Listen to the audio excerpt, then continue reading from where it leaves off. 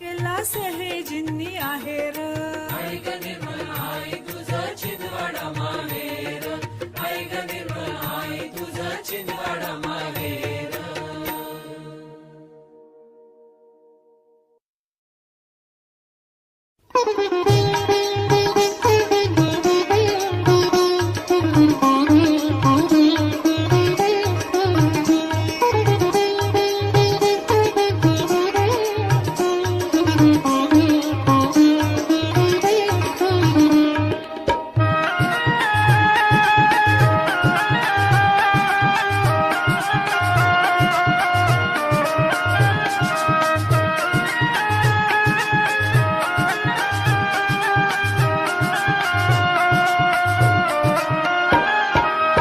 गूंजे सदा जयकार श्री माँ जी के भवन में, गूंजे सदा जयकार श्री माँ जी के भवन में, हो रही जय जयकार श्री माँ जी के भवन में, हो रही जय जयकार श्री माँ जी के भवन में, गूंजे सदा जयकार श्री माँ जी के भवन में।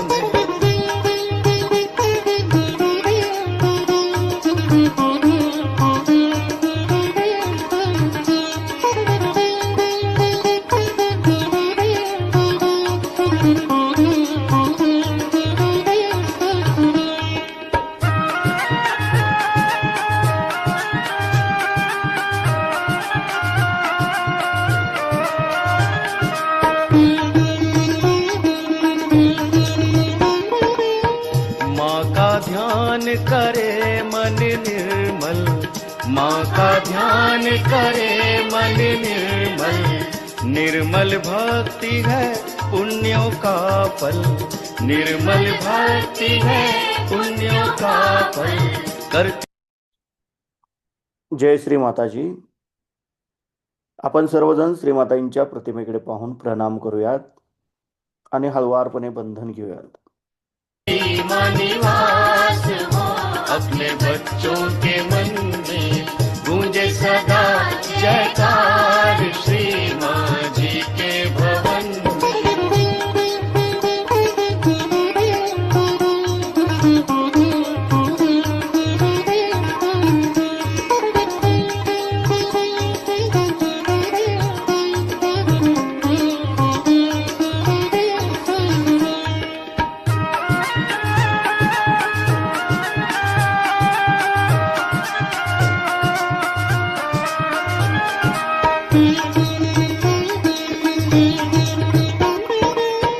संकट से माँ सदा उबारे, संकट से माँ सदा उबारे, दर्शन देकर भाग्य सवारे, दर्शन देकर भाग्य सवारे श्री माँ की हो. परम पूज्य श्री माताजी,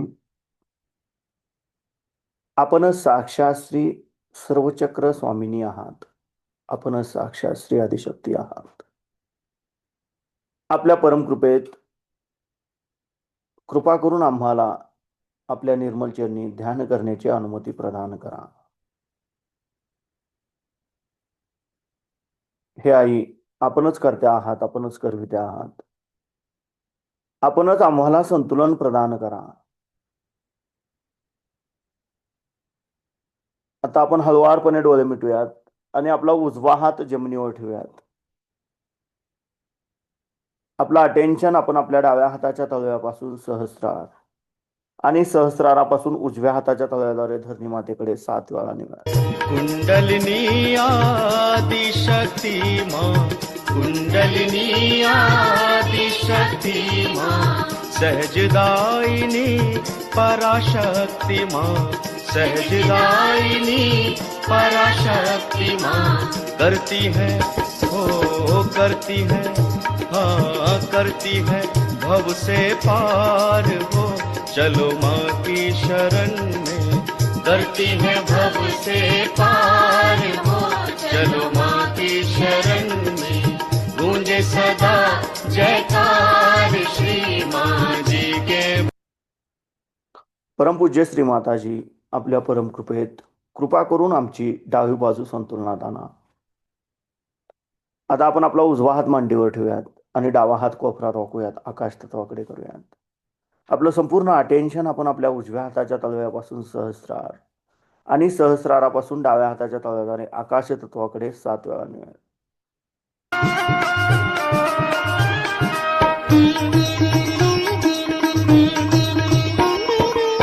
सुख करता दुख हरता माता, सुख करता दुख हरता माता, आदि अंत की माँ निर्माता, आदि अंत की माँ निर्माता।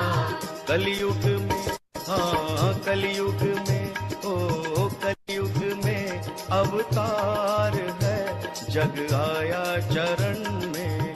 कलयुग में अवतार है, जग आया चरण में। गूंजे सदा जयकार श्री माँ जी के भवन में।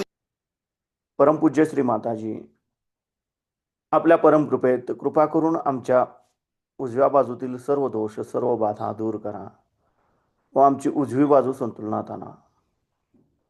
आता आपण आपले दोन्ही हात मांडीवर ठेवूयात. आपलं संपूर्ण अटेन्शन आपण आपल्या मध्य मूलाधार चक्रामध्ये गोलाकार क्लॉकवाईज 7 वेळा फिरवूया. जय जय माँ, जय माँ, जय जय माँ, जय जय माँ,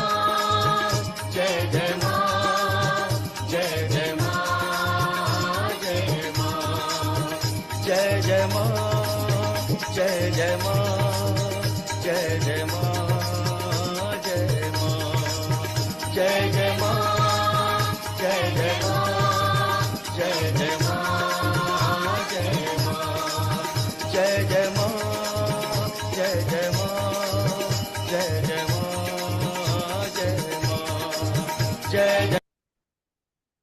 परमपूज्य श्री माताजी आपण साक्षात श्री निर्मल गणेश आहात. आपण साक्षात श्री कार्तिकेय आहात. आपल्या परमकृपेत आमच्या मूलाधार चक्राच्या उत्थानाच्या आड येणाऱ्या सर्व बाधा, आमच्यामध्ये श्री गणेश तत्व प्रस्थापित होण्याच्या आड येणाऱ्या सर्व बाधा कृपा करून ह्या या पृथ्वी तत्वामध्ये शोषून घ्या व आमच्यामध्ये श्री गणेश तत्व जागृत करा. आम्हाला श्री गणेशांसारखे अबोधित व पवित्र बनवा, जागृत बनवा. श्री गणेश साक्षात. ओम तमेव साक्षात श्री गणेश साक्षात श्री आदिशक्ती माताजी श्री निर्मला देवे नमो नमः. आता आपण आपला उजवा हात आपल्या ओटीपोटावर डाव्या बाजूला दाबून धरूयात. परमपूज्य श्री माताजी आपल्या परमकृपेत कृपा करून आम्हाला शुद्ध आणि निर्मल विद्या प्रदान करा. परमपूज्य श्री माताजी आपल्या परमकृपेत कृपा करून आम्हाला शुद्ध आणि निर्मल विद्या प्रदान करा. कृपा करून आम्हाला शुद्ध व निर्मल विद्या प्रदान करा. तर आपण आपला उजवा हात आपल्या मध्य नाभी चक्रावर ठेवूयात. परमपूज्य श्री माताजी आपल्या परमकृपेत कृपा करून आमच्यामध्ये लक्ष्मी तत्व प्रस्थापित करा. कृपा करून आम्हाला समाधानी बनवा.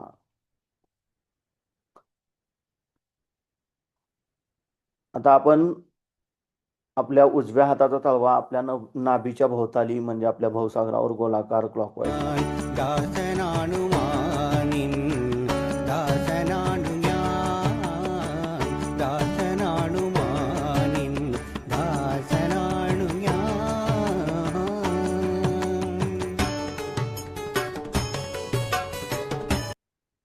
परमपूज्य श्री माताजी आपण साक्षात श्री आदिगुरु दत्तात्रय आहात.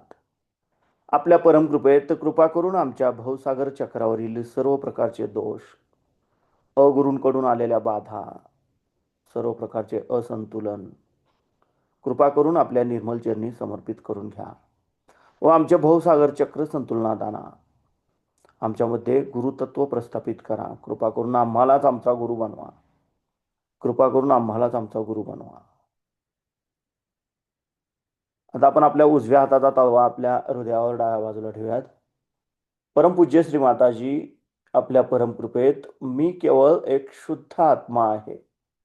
मी मन नाही, बुद्धी नाही, शरीर नाही, अहंकार नाही. मी केवळ एक शुद्ध आत्मा आहे. मी केवळ एक शुद्ध आत्मा आहे. कृपा करून आपण आमच्या हृदयामध्ये विराजमान व्हा. आता आपण आपला उजवा हात आपल्या मानेवर डाव्या बाजूला दाबून धरूयात. परमपूज्य श्री माताजी, आपल्या परमकृपेत मी निर्दोष आहे. मी निर्दोष आहे. मी कुणाचाही दोषी नाही. मी निर्दोष आहे. मी निर्दोष आहे. आता आपण आपला उजवा हात आपल्या कपाळावर आपल्या आज्ञाचक्रावर दाबून धरूयात आणि डावा हात आपल्या बॅक आज्ञाचक्रावर आपल्या डोक्याच्या मागच्या बाजूला दाबून धरायचा आहे. इथं आपण 3 वेळा हम क्षम म्हणूयात. हम क्षम, हम क्षम, हम क्षम. आपला डावा हात मांडीवर, उजवा हात तिथेच आज्ञाचक्रावर. परमपूज्य श्री माताजी, आपणच साक्षात श्री जीसस मेरी माता आहात. आपल्या परमकृपेत कृपा करून आमच्या आज्ञाचक्रावरील सर्व दोष, सर्व बाधा आपल्या निर्मल चरणी समर्पित करून घ्या व आम्हाला सदैव क्षमाशील बनवा. आपण आपल्या उजव्या हाताचा तळवा आपल्या सहस्रारावर आपल्या टाळूभागावर घट्ट दाबून धरूयात आणि जागच्या जागी गोलाकार क्लॉकवाईज 7 वेळा फिरवूयात.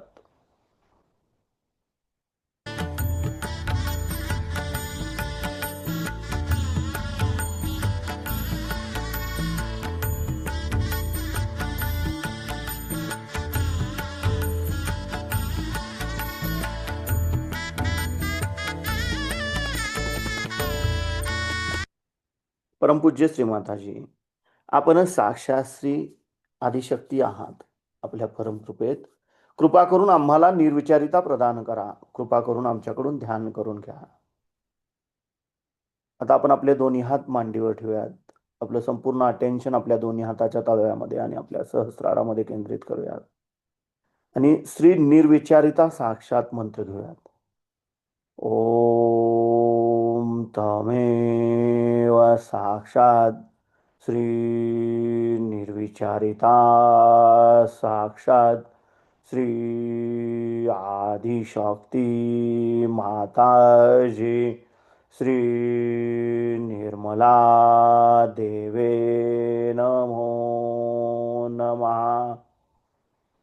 आता आपण ह्याच अवस्थेमध्ये श्रीमाताईंची अमृतवाणी ऐकूया.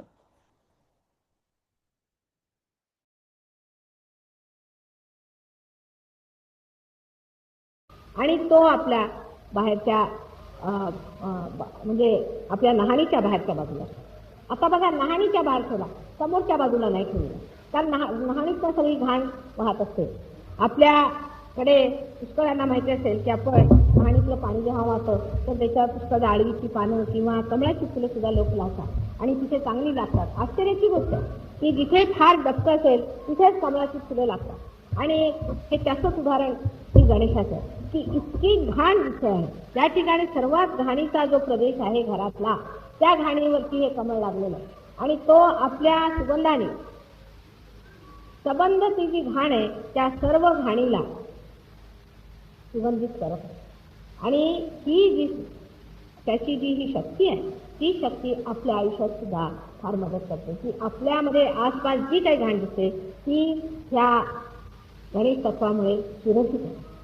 आता हे जे गणेश तत्व आहे ह्यानी कुंडलिनीला म्हणजे गौरीला आधी पूजन करावं लागतं. म्हणजे तुमच्या गणेश तत्वाने आधी तुम्हाला आपल्या कुंडलिनीला पूजन करावं.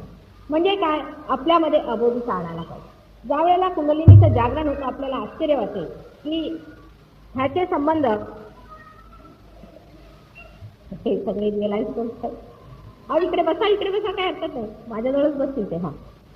हे जे गणेश तत्व आहे तर ह्यानी आपलं जे ज्या वेळेला कुंडलिनीचं जागरण होतं त्यावेळेला गणेश तत्वाचा सुगंध सबंध शरीराला कसं पुष्कळांना इथे ज्यापैकी आपण सहयोग्यात बहुतेक लोकांना ज्या वेळेला कुंडलिनीचं जागरण होतं तेव्हा सुगंध येतो. कारण गणेश तत्व हे पृथ्वी तत्वाचं बनवलेलं आहे. पृथ्वी तत्वाचं म्हणजे एकदा म्हटलं की पृथ्वी तत्वाचं बनवलं आहे किंवा पृथ्वीलाच गणेश तत्वाचं बनवलं आहे ते बरोबर पडेल. त्या महागणेशातनंच पृथ्वी बनवलेली आहे आणि आपल्यामध्ये जो गणेश आहे तो सुद्धा पृथ्वी तत्वातनं बनवलेला आहे. आता पृथ्वी तत्वाला आपल्याला माहिती आहे की सगळे सुगंध पृथ्वीच येतात, सगळ्या फुलांचे सुगंध पृथ्वीच येतात. त्यामुळे कुंडलिनी जागरण होताना पुष्कळांना अनेक तऱ्हेची सुगंध येतात. इतकंच नाही पण मला सांगतात माताजी तुमची आठवण आली म्हणजे अत्यंत सुगंध येतात आणि असं तुमच्या शरीरात नाही असे सुगंध येत असतात वगैरे लोक सांगतात. त्यामुळे पुष्कळांना कधी कधी गैरसमजूत होऊन जाते की माताजी फार एक्सपेन्सिव्ह सेंट लागतात वगैरे.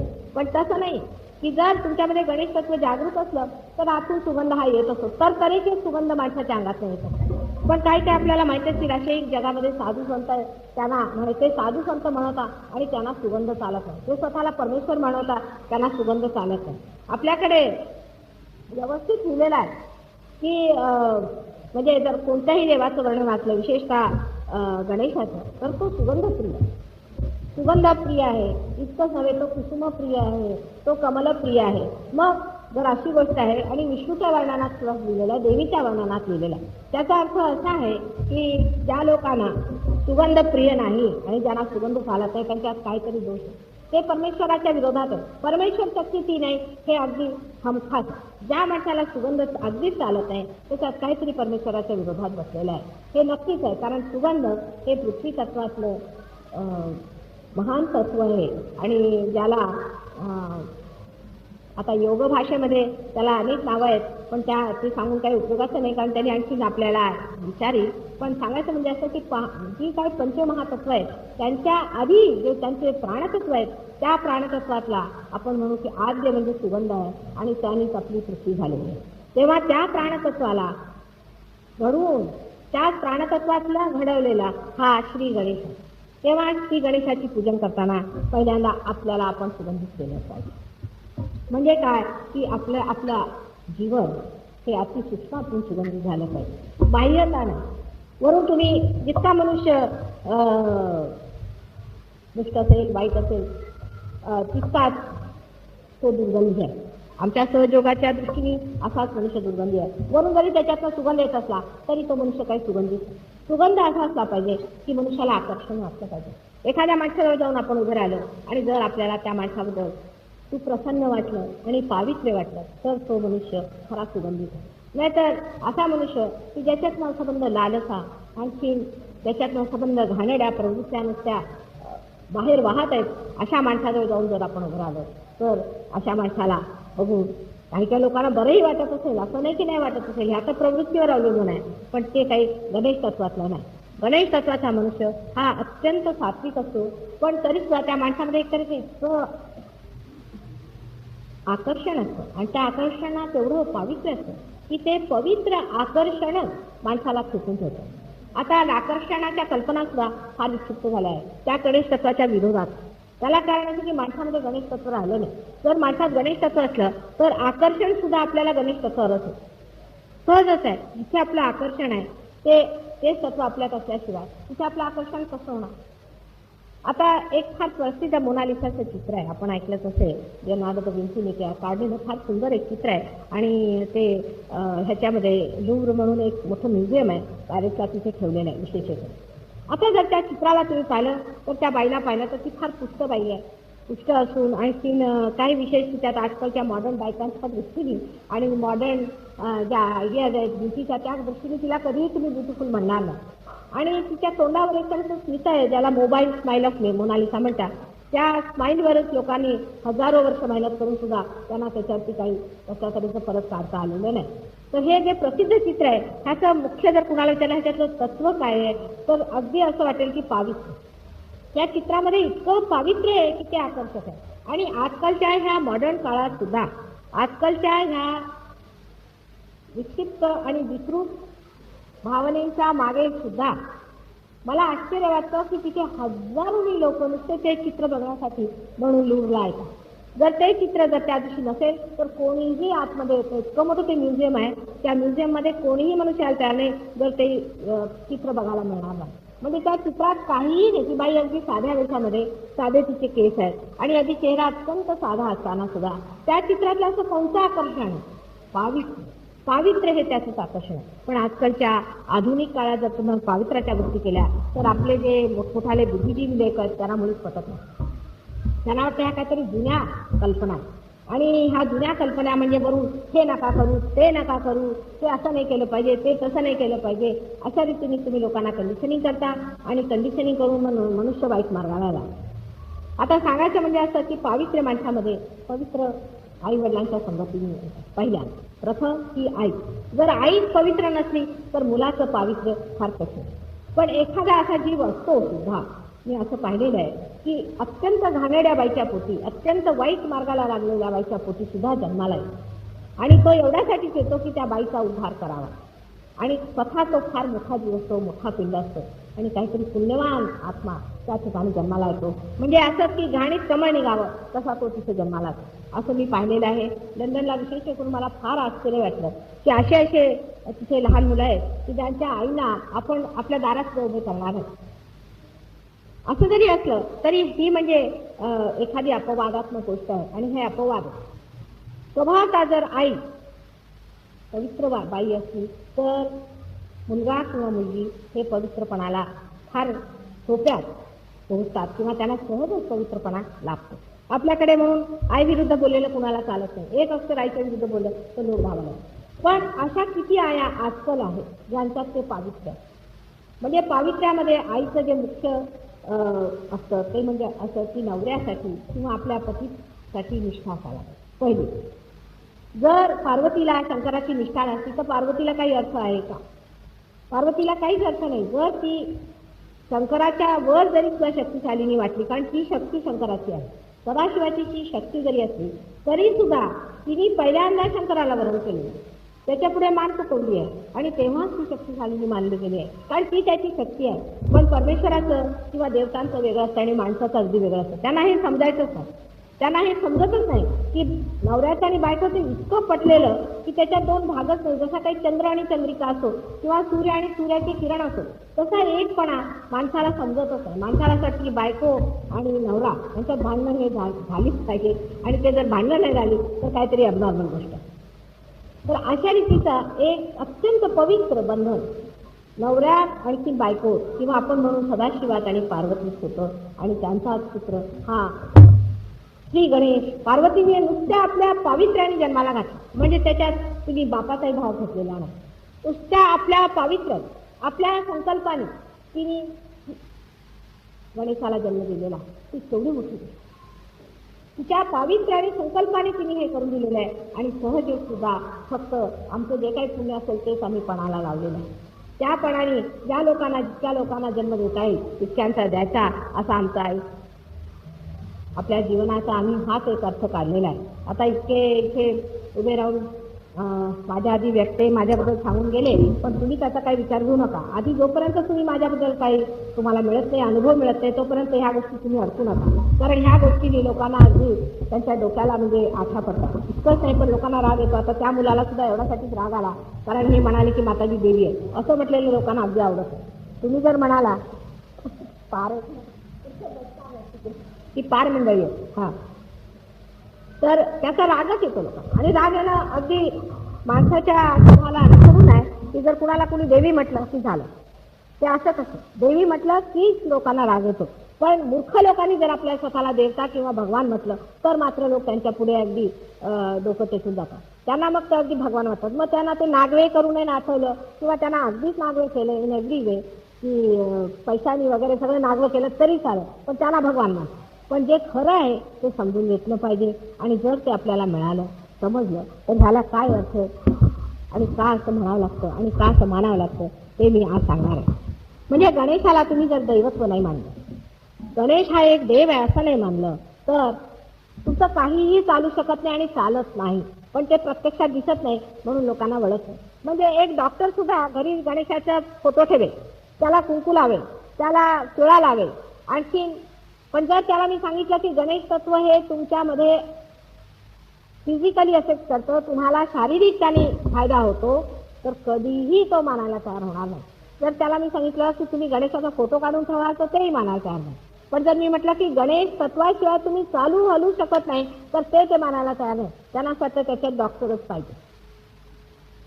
आता दैवत्व आपण मानत नाही गणेशाचं, पण सहयोगात हमखास मानावं लागतं. त्याला कारण असं आहे की जो काही त्रास तुम्हाला जर ह्या गणेश तत्वामुळे झालेला असेल तर मात्र तुम्हाला गणेशाला टाळावं लागतं. म्हणजे असं आहे की गणेश तत्व समजा प्रॉस्टेट ग्लॅंडचा त्रास असला. आता एक अनुभवाची गोष्ट सांगते. आमचे शिष्य आहेत अग्निहोत्री म्हणून, ते ऍक्च्युअली त्यांचं नाव आहे राजवाडे, पण त्यांचं अग्निहोत्री ते त्यांनी पुष्कळ केलेले आहेत अग्नीचे मोठे मोठे यज्ञ, म्हणून त्यांचं नाव अग्निहोत्री राजवाडे असं पडलेलं आहे. आणखीन फारच म्हणजे पट्टीचे सहयोगी म्हटलं पाहिजे असे आहे. तर एक दिवस ते माझ्याकडे आले जवळ 2-3 वर्षापूर्वी. तर मला म्हणायला लागले, माताजी मला काही त्रास नाही, फक्त मला प्रॉस्टेटचा त्रास आहे. मला मोठं आश्चर्य वाटलं की हा एवढा मोठा गणेश पूजक परत सहयोगी, त्याला प्रॉस्टेटचा त्रास कसा होणार? कारण प्रॉस्टेटचा त्रास बहुतेक गणेश तत्वाच्या त्रासामुळे येतो किंवा गणेश रुसल्यामुळे येतो. तर ह्यांच्यावरती गणेश रुसण्याचं काही कारणच नाही, कारण हे पट्टीचे सहयोगी आहेत. आणखी ह्यांना माझ्याबद्दल एवढी ही वाटते श्रद्धा आणि अत्यंत भोळा म्हणून. मग हे गणेश तत्व कसं त्यांच्या हातामध्ये असं उलटं चालू लागलं ते माझ्या लक्षात नाही आलं.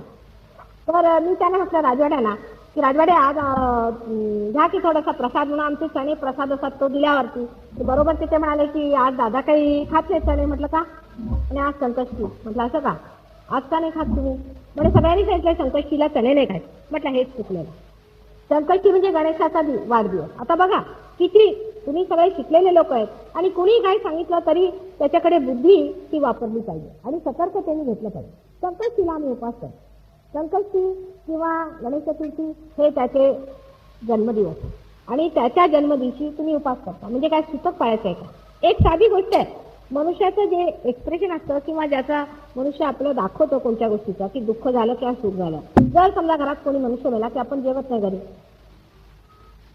आता जर घरी तुमचा मुलगा झाला किंवा नातू झाला तर तुम्ही पेढे वाटाल, मेजवान्या द्याल, त्याचा समारंभ करा.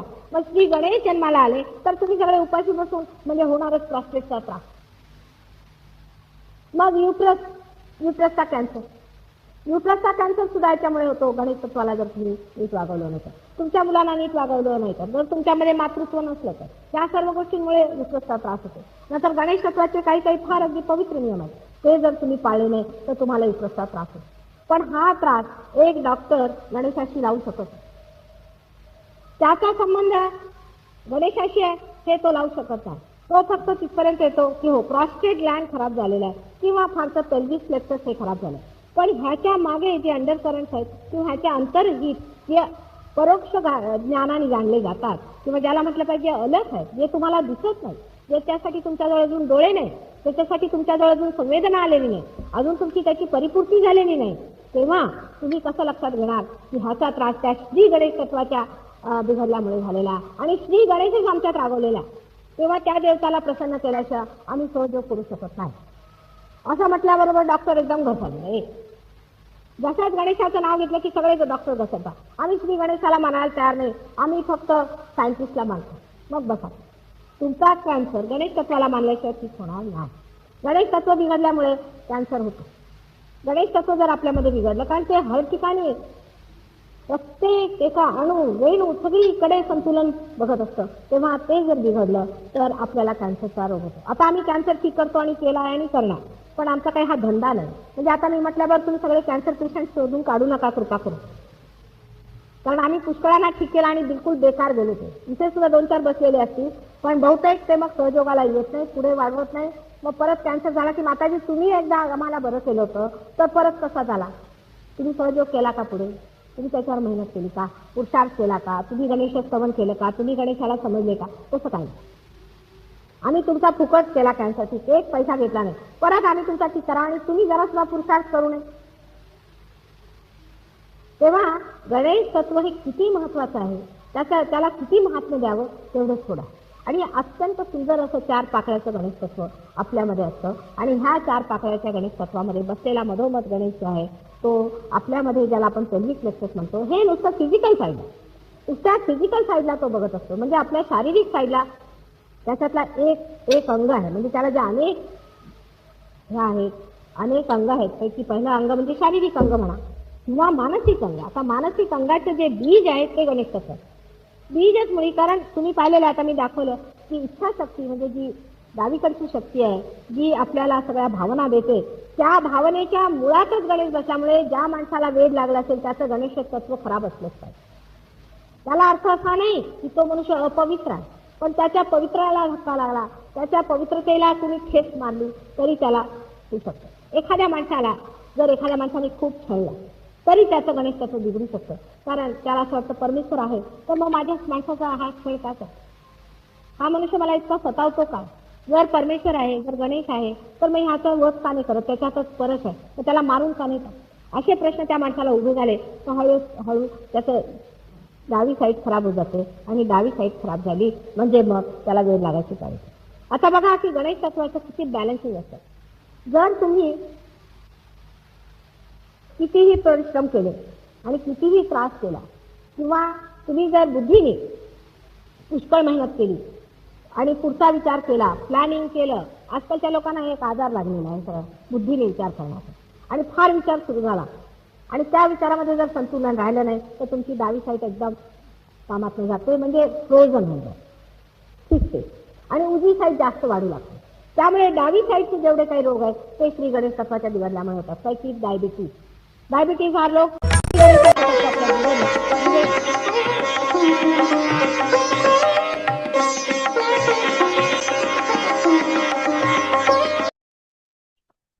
हळुवारपणे डोळे उघडूयात, श्रीमातांच्या प्रतिमेकडे पाहून प्रणाम करूयात आणि बंधन घेऊयात.